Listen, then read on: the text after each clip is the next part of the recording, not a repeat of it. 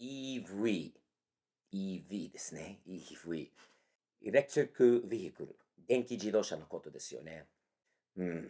あんまりこのチャンネルではね、話題にならないんですけど、頭の中ね、に電気自動車について最近いろいろちょっと浮かぶようになってきたから、ちょっといろいろ言わせてください。スティーブテキシテンのスティーブと言います。チャンネル登録をよろしくお願いします。車好きとして昔からもう70年代、1970年生まれ、若い時から車大好きな俺から言わせると、正直に電気自動車に全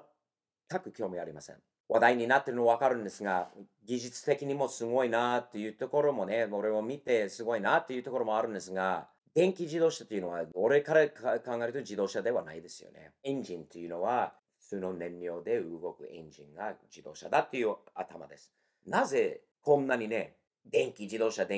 になったのか、なんとなくわかるけどね。わかるけど、意味がバカだと思う正直に、上からの押し付けがあるのかって、やっぱりいろいろ考えるようになるんですよね。スティーブさん、分かってないのはね、おっさんはね、環境がもう地球の中がこうダメになるって、よくあるんだよね。電気自動車作るのに、どのぐらいのね、が汚くなるの工場とかは。電気自動車を作るのに、どのぐらいの燃料が実際に使うのか、どのぐらいの電気を使うのその電気がどこから来るのいや、でもスティーブさん、こう電気のこのね、地球が温暖化とか、こうだ、ああだとかって、電気を作るのに燃料が必要なんで、それはね、現実なんで、多分、数十年、数百年、それは現実だと思う。燃料をなくするということを、みんなの生活を変えようとする、上からの押し付けに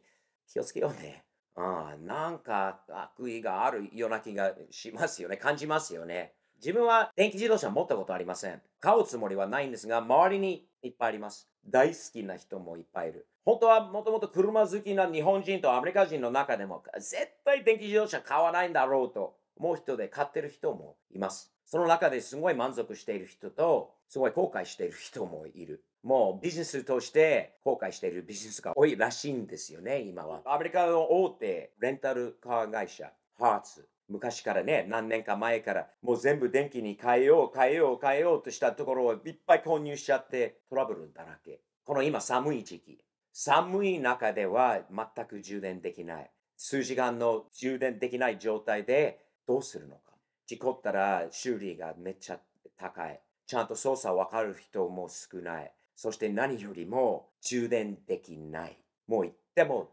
並ぶ。数時間待ち。最近のニュースとなったのは、2万2000台の電気自動車、テスラなどの電気の車を手放す、売ることがアメリカの中では大きなニュースになりました。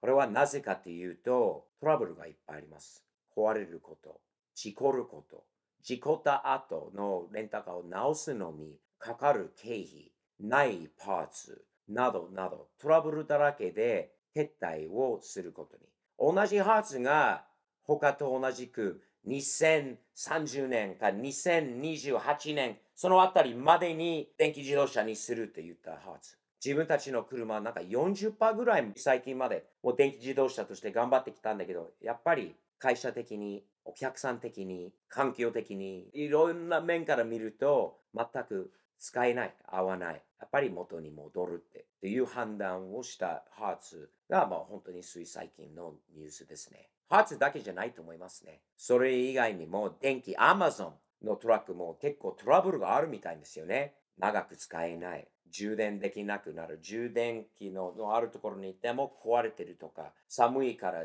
ちゃんと使えない。燃料にもいろいろもうあるかもしれないんだけど、少なくともそれ言えるのは、大型トラック、全国走るようなトラック、電気なんてはできないで。トヨタ、日産、マツダ、スバル、ダイハツ、もう日本の自動車メーカー、アメリカの自動車メーカー含めて、フォードも電気自動車のピックアップトラックまで、多分、なんで作れないのって多分プレッシャーに応じて作った F-150、最も売れてるアメリカでのフォードのピックアップトラックが全く売れないです。電気のバージョンは誰も買わないです。やっぱりトラックっていうのはもうエンジンのあるもの。電気じゃないです。使えない。役に立たない。高い。欲しがりがない。ことは現実なので、だからってどうぞ電気自動車を買いたい人はどうぞ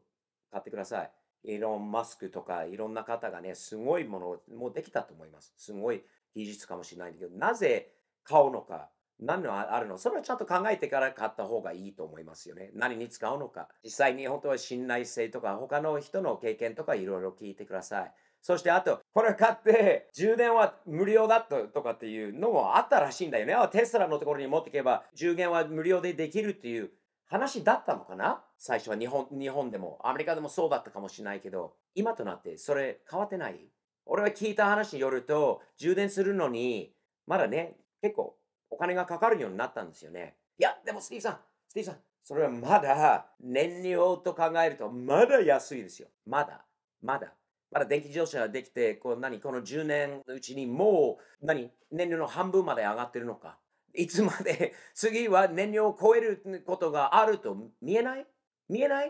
間違いないことだと思う。もう日本のメーカーといえばトヨタ。また他のメーカーのトップが言ったかどうかわかんないんだけど、電気自動車も作りますが、燃料車、普通の一般のこういう燃料で動く車の生産を中止しないことを強く言った、確かに記憶があるんで、2030年を目指して、全部電気で、の車にするとかって言ってるところもあるんだけど、現実じゃないんだよね。何でも電気と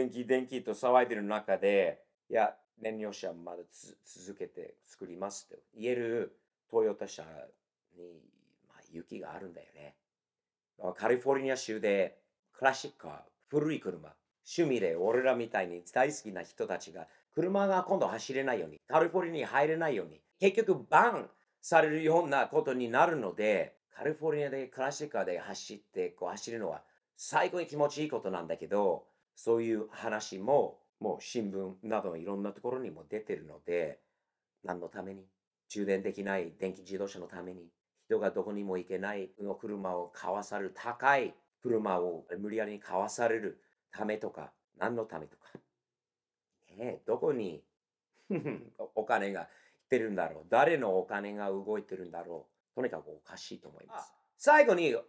環境と歌ってる人たち、バッテリーを捨てるときはどうなるの、環境に。バッテリーを作るのに何が必要なの、どんだけ汚いものなのか。これは環境の汚染とかのことを考えなくていいの、電気と言いながら、燃料がなかったら電気の自動車を作れるわけじゃないんだよね。ちょっと矛盾しているところがあるからこそ納得しないな。車っていうのは、俺に言わせると、匂いのあること、音のあること、燃料っていうのは、この世の中にすごい必要のあること。ただ一人の意見なんですが、皆さんはどう思いますか？ぜひコメント欄の方に自分のご意見をお残しください。では日々、全身前向きにやっていきましょうね。よろしくお願いします。